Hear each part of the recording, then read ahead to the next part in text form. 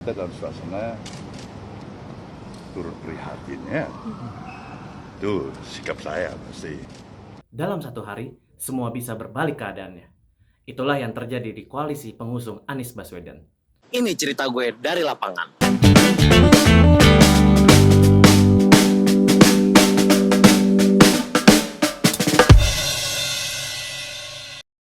Hari itu, skena perpolitikan di Indonesia jelang Pilpres 2024 berubah. Semua terjadi karena permasalahan yang terjadi di koalisi pengusung Anies Baswedan. Jadi, 31 Agustus 2023, gue mendapatkan penugasan ke Jakarta Theater.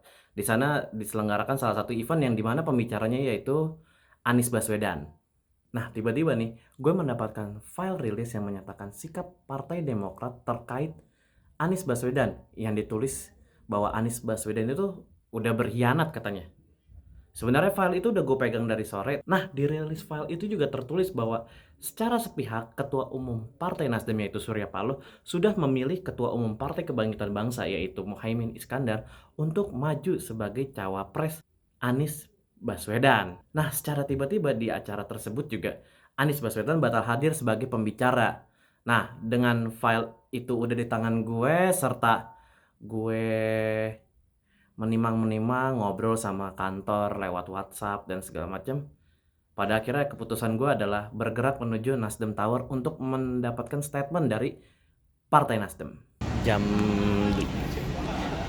Hampir jam 9 malam dan sekarang saya berada di Partai Nasdem dan ini lagi nungguin respon Partai Nasdem yang menyebutkan bahwa Partai Demokrat sudah bilang tuh di rilisnya kalau misalnya Nasdem sudah sepihak memilih Muhaimin Iskandar menjadi bacawa presnya Anies Baswedan. Nah, ini kita lagi nungguin di sini. Sebelumnya gue tadi nungguin di Idea Fest di acara yang berbarengan dengan Ganjar Pranowo juga, tapi nggak ada. Aniesnya ternyata batal hadir, jadi gue kejar-kejaran ke Nasdem Tower. Nah, ini tuh kayaknya udah sejalan dengan sikap PKB yang belakangan udah nggak harmonis sama koalisi pengusung Prabowo Subianto. Nah, contohnya nih waktu acara hari pertama ulang tahunnya Partai Amanat Nasional. Waktu itu kan Prabowo Subianto yang diusung oleh PAN ngasih sambutan di depan ketum-ketum parpol lain yang ngusung Prabowo juga. Ada Caimin, ada Erlangga, juga depan Zulkifli Hasan juga, dan Prabowo secara mengejutkan tiba-tiba merubah nama Koalisi Kebangkitan Indonesia Raya menjadi Koalisi Indonesia Maju. Ngakunya sih Caimin nggak tahu, tapi sebelumnya gue kasih dulu nih pidato yang merubah nama koalisi tersebut. Dan saya yang mengatakan, saya bukan istilahnya orang yang watak untuk menjilat dan sebagainya. Tapi setelah saya masuk, saya lihat dari dekat, saya ikut pemerintah ini, saya yakin bahwa Pak Jokowi seorang patriot yang memikirkan rakyat dan bangsa Indonesia. Dan pemikiran-pemikiran beliau benar dan berhasil sampai sekarang. Dan untuk itulah saya sepenuh hati, saya ingin teruskan perjuangan beliau dan bersama tim kita. Tadi kita berembuk, para ketua umum tadi berembuk sebentar, ya Pak Zul, Pak Erlangga, Gus sama Profesor, kita sepakat koalisi kita beri nama Koalisi Indonesia Maju.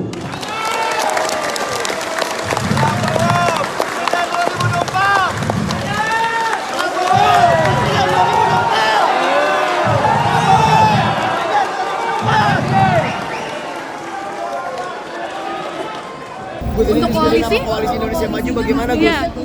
Apa? Dasar sama koalisinya, nanti Gus nggak diikut rembukan apa gimana? Iya, saya baru dikasih tahu tadi Pak Prabowo bahwa koalisinya namanya Koalisi Indonesia Maju.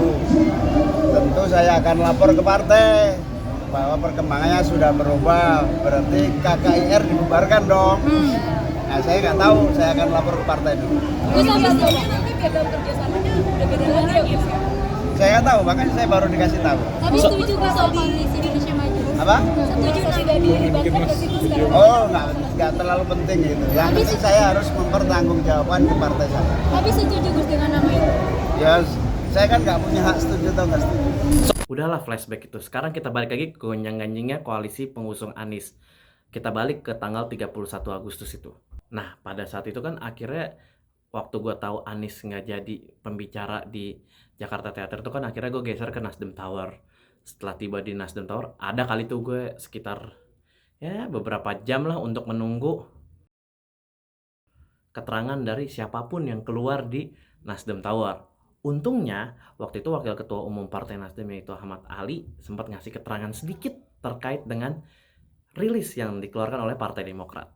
Pak, soal tudingan Demokrat bahwa Pak Surya Paloh sudah menyetujui cawapresnya Caimin itu apakah benar Pak Ali? Enggak tahu saya. Berarti memang belum ada itu yang seperti yang ditudingkan Demokrat itu belum ada Pak Ali? Ya, enggak ngerti juga tanya sama Demokrat, karena Demokrat yang menyampaikan itu, toh, biar mereka yang menjelaskan seperti apa, karena kami sendiri belum pernah. Berarti nggak ada komunikasi sama Demokrat soal itu ya Pak? Belum sempat. Berarti yang dinyatakan Demokrat dibantah Nasdem, Pak? Ya, saya nggak tahu dari mana sumbernya itu ya. Nah, setelah keterangan Ahmad Ali itu, akhirnya kita para wartawan memutuskan untuk bertahan di Nasdem Tower. Karena waktu itu salah satu sumber kita nyebutin bahwa Surya Paloh tuh sebenarnya sama elit-elit Partai Nasdem ada di Nasdem Tower pada hari itu untuk ngobrolin soal rilis Partai Demokrat kayaknya. Tapi yang intinya adalah Surya Paloh sedang rapat dengan petinggi Partai Nasdem. Dan kita akhirnya nungguin tuh sekitaran 2 jam lah dari keterangan Ahmad Ali itu. Tapi akhirnya membuahkan hasil dan ngomongnya bagus lah gitu. Keterangannya pun banyak banget gitu. Nah, dan bener aja tuh. Ternyata dia juga mau membeberkan soal wacana Caimin jadi cawapres Anies. Kalau kata Bang Surya Paloh sih, emang wacana soal memasangkan Anies dengan Caimin ini lagi dibahas di internal partai. Artinya saya harus jelaskan dulu, pasti kita dalam suasana turut prihatin ya. Itu sikap saya pasti. Apakah itu karena perasaan empati, apakah juga karena perasaan ikut prihatin. Nah, saya pasti tidak bergembira lah menerima suatu kabar seperti itu. Kenapa? Karena harapan kita semuanya bisa berjalan sebagaimana yang kita harapkan bersama. Itu pasti sikap Nasdem. Itu kalau soal masalah itu. Berarti Nasdem berharap Demokrat itu nggak hengkang dari koalisi Pak? Apa yang terbaik bagi Demokrat pasti dihormati oleh Nasdem. Itu sikap yang paling mendasar. Terkait nasib koalisi saat ini seperti apa? Sampai hari ini koalisi masih ada. Masih ada? Ada. Besok pagi masih ada atau setengah ada, kita belum tahu juga.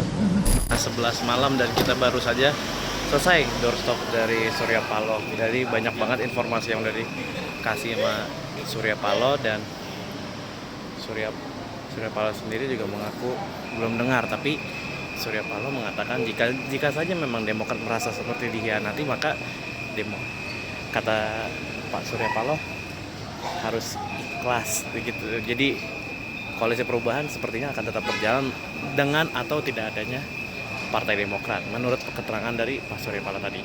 Nah, jadi begitu cerita di penghujung Agustus ini. Gila ya, gue tuh baru ngerasain dinamika politik tuh sedinamis itu. Dan ini gue baru ngerasain sih rusuh-rusuhnya, dan ternyata ini baru permulaan menuju pemilu 2024. Nah, tapi jangan lupa ikutin terus cerita-cerita di lapangan lainnya hanya di kompas.com, tapi juga jangan lupa untuk like dan subscribe YouTube kompas.com.